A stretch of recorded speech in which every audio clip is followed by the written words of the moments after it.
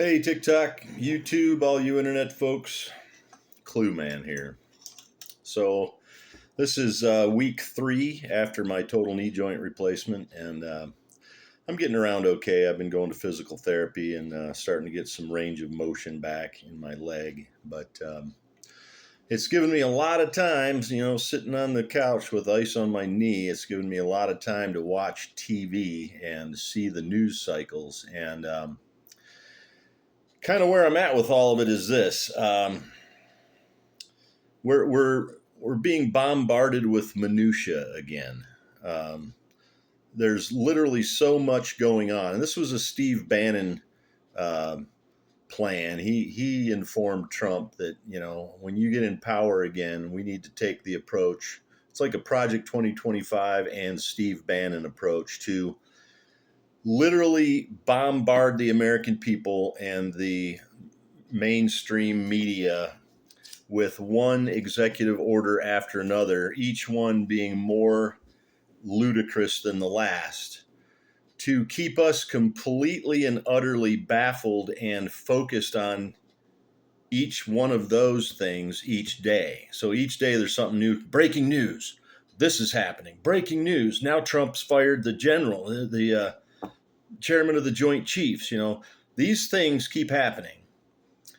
And they're all a distraction to keep us from understanding what's really going on, which is an oligarchical takeover of our country.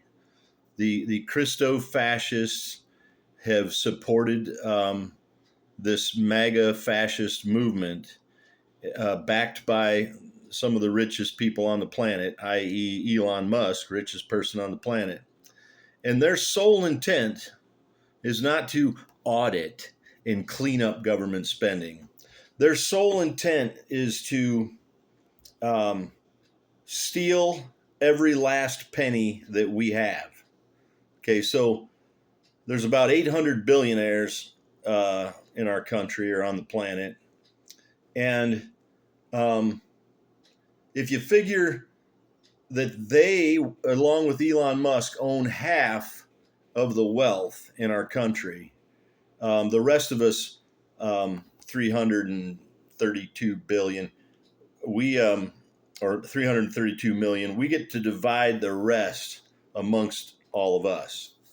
So essentially, we've got 60% of our country living on or below the poverty line, and who are literally one paycheck to one medical emergency away from living in their car or being homeless. So if you think about that, I'm not sure why the richest man in the world would want to take money and food and housing security and childcare and free school lunches, all the things that they're doing, take those programs away to try to save some money somehow and then hurt the most vulnerable among us.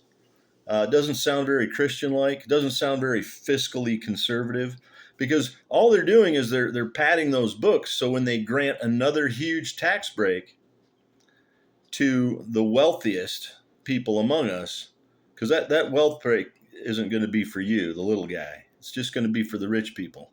But essentially what they're going to do is they're going to ensure that they funnel even more money, the rest of our money, to the top, because they're greedy. Okay, they call themselves Christians, but yet they operate in an area of greed, sloth, and envy, and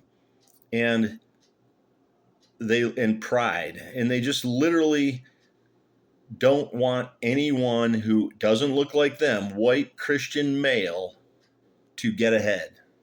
So they're going to declare war on poor people.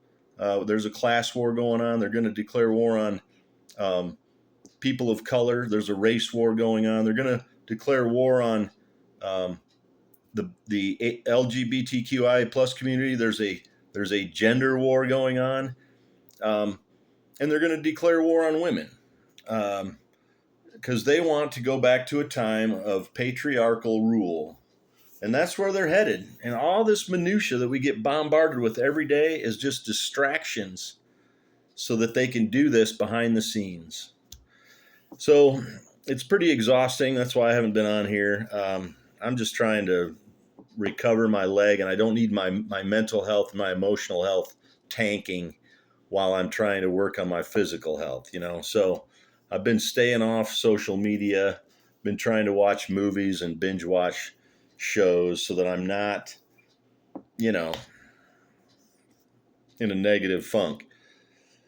But I got to tell you, the biggest concern I have now, the biggest thing I've seen that worries me is him firing generals and the highest ranking generals in our military. Because what he's doing is he's going to pad the ranks with sycophant loyalists. So the only people in charge of the military are loyal to him. Now he's got the House, he's got the Senate, he's got the Supreme Court, he's got the presidency. Once he has the military, our country is effectively done as a democratic, representative democracy, constitutional republic. It's gone. We will be living in a Christo-fascist, autocratic oligarchy. And that's really sad.